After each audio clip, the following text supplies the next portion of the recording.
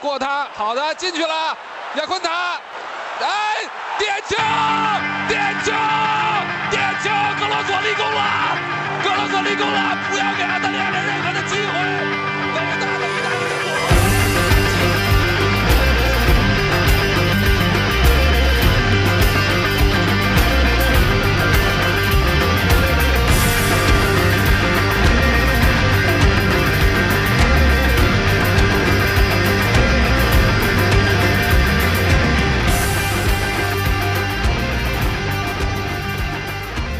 Hello there, my name is Piers, and I'm here to give you a brief overview about a team that you may already have heard of. They are one of the powerhouses in Chinese football, I would say. That is Guangzhou Evergrand Taobao FC. And the name, as you can tell, is a real mouthful. The reason why they're called Evergrand Taobao is because they're owned by those two companies respectively. Evergrand is a real estate company which owns the majority of the shares, and obviously at the end we've got Taobao, and Taobao is obviously owned by the Alibaba company, and Taobao is a huge thing over here in China. It's a huge e-commerce website which pretty much everybody uses for their daily shopping. It's a big deal. It's one of the biggest companies in the world at the moment, but really, the more familiar name is Guangzhou Evergrand, or Guangzhou Hongda, which is the Chinese name. And Guangzhou as a city is a huge city in southeast China. It has around 20 million people in terms of population. It's 2 hours from Hong Kong. So it has a very good location, I think, within Asia and within China. And, it's a very hot and humid city. There's palm trees growing in the streets. It's quite hectic here as well. But as well as it being warm in terms of the temperature, I would say, the atmosphere is warm as well. It's quite a friendly, relaxed place. It's friendly for both foreigners, so many foreigners living here at the moment, and also for various people from around China who call this place home.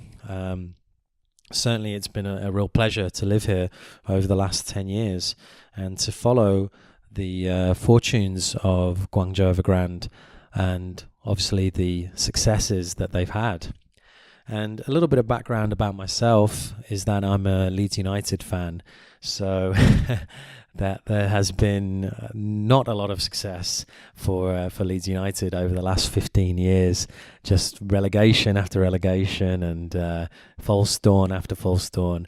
So I would say some of my happiest moments really as a fan watching a team live has been watching Guangzhou Evergrand win various league titles, win the Asian Champions League, and it has been a remarkable journey. And I just want to take you back in time because it hasn't always been like that as a Guangzhou fan. Guangzhou Evergrand were previously known as Guangzhou Pharmaceutical, and one of my friends who I used to work with back in 2009 suggested that we should check out the local team.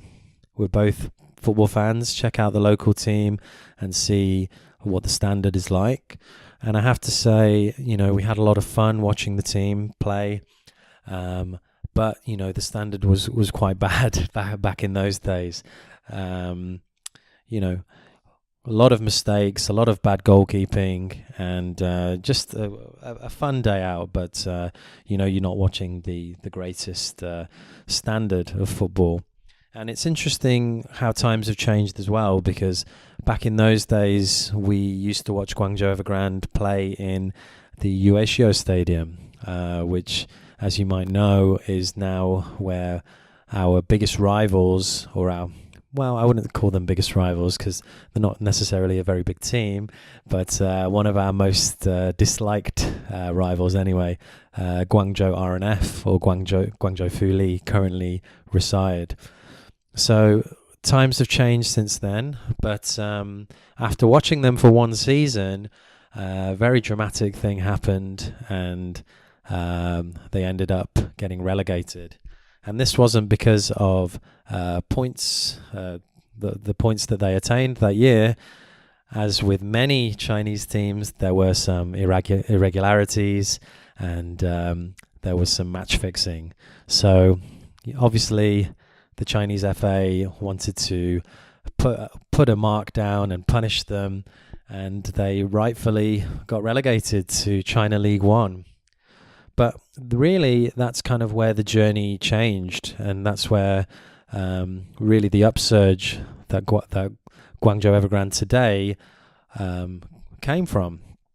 And that was because they got taken over by the Evergrande company. And that really was a huge thing. They bought their first marquee players, and those were Murikui and Gao Lin. Now, Gao Lin is a player who's still at the club today. He's a very, very well-known Chinese striker, and he's been fantastic over the years. And Murikui, or Murikui, the pronunciation is still unclear to me to this day, was really one of those players that, made a huge difference to our team, a real live wire Brazilian. So Murikui, or Murici, made a huge impact on the team, and he gave the team lots of goals, lots of assists, and he really had too much quality for China League One. And the team stormed the league. It won pretty much week in, week out, not by 1 or 2 goals, but usually 3, 4, 5 goals. And they got promoted on the first time of asking, and they were back in the Chinese Super League in 2011. And from there, it really was a golden era for Guangzhou Evergrande, because on the first time of asking back in the Chinese Super League, they ended up winning it. And this was under the Korean coach Lee Jung-soo. And, you look at the history, the recent history, so they won it in 2011, 2012, 13, 14, 15, 16, 17. So that's 8 league titles in a row, including the League One title. And then you've got 2 FA Cup wins as well, one in 2012 and one in 2016. And then 2 Asian Champions League wins, which are the most impressive of all. They not only became a huge team within China, the best team in China, but they became the best team in Asia as well. One of the most influential players and one of the catalysts for success during those early days would be Dario Conca, who signed from Fluminense. He's an Argentinian playmaker midfielder, and he was quite well known at the time for being the 3rd highest paid player in the world. That story made the rounds in many sports websites, and it is quite incredible. You have Lionel Messi, you have Cristiano Ronaldo, and then the 3rd highest paid player, you wouldn't have been able to guess it, but Dario Conca of Guangzhou Evergrande. But despite the high wages that he was on, his influence was, you could say, priceless, because really he lifted the team to another level.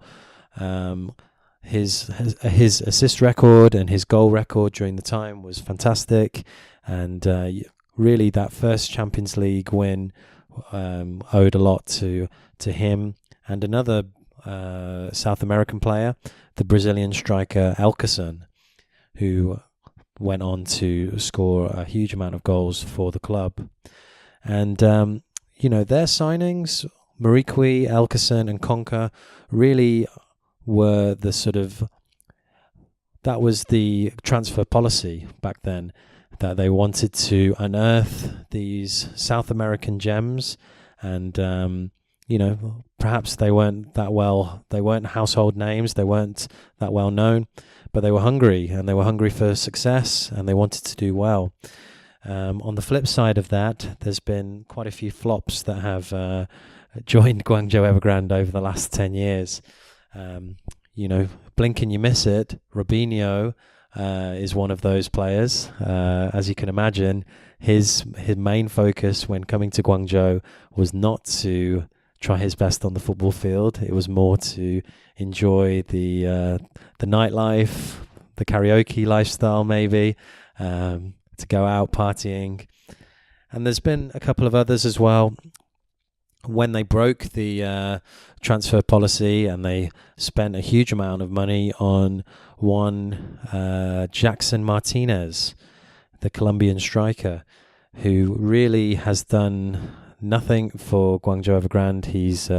He turned up to the team unfit, and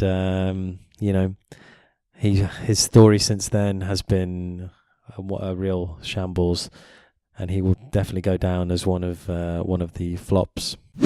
When the club sticks to its transfer policy and signs those young Brazilian, young South American players that are hungry, those players often go on to achieve a lot of success. Most notably, we have two strikers, Ricardo Goulart, who had a fantastic few years at Evergrande. He's currently on loan in Brazil at the moment, but he's been a fantastic player over the years, quite similar in stature to Alcacer. Two players that are quite strong on the ball and give 100% effort every time they play. And Alan, who's also on loan in Tianjin at the moment, but is another player who really is capable of scoring a lot of goals and really gives his all in every match. One player who has had a very unusual journey over the years is Paulinho. So Paulinho, as many people remember, was a flop at Tottenham. He did not play well, and he was very unpopular with the Tottenham fans. Well, he was signed up for Guangzhou Evergrande, and he's experienced a renaissance really in his career. He's really proved that China is not a country just to lay back and earn your money and then retire. Basically, you can actually rejuvenate your career here in China, and he's proven that. He's been hugely influential over the last few seasons, and he even earned a transfer to Barcelona, where he also did very well in La Liga before then rejoining Guangzhou Evergrande. So he's been a real success story for the Chinese Super League, and proof that coming here doesn't mean the end of your career. And it's worth talking about the managers that Guangzhou Evergrande have had over the years. I'm just looking at some of the illustrious names. You have Marcello Lippi, the former Italy manager. You have Luis Felipe Scolari. Those two managers will go down in history for having a matching record of both winning three league titles and a Champions League. And then currently we've got the Ballon d'Or winning Italian World Cup winner as well, Fabio Cannavaro. So it's been a really interesting time, to follow a team that, was mid-table in the Chinese Super League and then relegated, to having some of the most famous names in world football history, really. But how will the future look for Guangzhou Evergrande? Well, the Chinese FA currently are looking at Guangzhou Evergrande as a team that can, in the future, be fully Chinese. And that means that all 11 outfield players would be Chinese. The whole squad would be Chinese. They really want Guangzhou Evergrande to kick on and be a breeding ground for its national team. The Chinese national team has not covered itself in glory over the years, only one World Cup appearance in 2002. So they really want Guangzhou Evergrande to be the team to develop the national team, which is quite controversial and it's quite unprecedented. when you look at the makeup of the different squads within the current Chinese Super League, you know, they all have foreign players. They all have extremely influential foreign players. Many of them have strikers that are from different countries. You have Graziano Pelle playing at Shandong. You have Oscar playing at Shanghai SIPG. You know, these are big names that are really providing a lot for their team. But yeah, that's the plan. They want the squad to be completely Chinese in the future. And you can see that in the current makeup of the current Evergrande team. Really, there are only 2 foreign players that are automatic picks in the current 11, and that would be Paulinho. You know, he's still part of the team. He's still one of the most dynamic midfielders within the league, and really has become a leader over the last couple of years. And then you've got pretty much the most talented player in the league, and that is the Brazilian striker Anderson Talisca, who just can't stop scoring, really. He's got fantastic technique. He can bend the ball in from almost any angle, from almost any distance. You know, he's a wonderful, wonderful player. And it really is the MVP, the star man in both the league campaign and also in the Asian Champions League. So as it stands in 2019, Guangzhou Evergrande are fighting on all fronts. It's quite early on in the season. They are currently second in the league. They're doing okay in the Asian Champions League. And I think really the ambition is to win back the Chinese Super League. Last year they stumbled and they lost the league to Shanghai SIPG. So that's the first time they've not won the league in 7 years. So really the aim is to win back the league first and foremost, but also to make inroads again in the Asian Champions League. And for me, I think there's no reason why they can't achieve great success this year.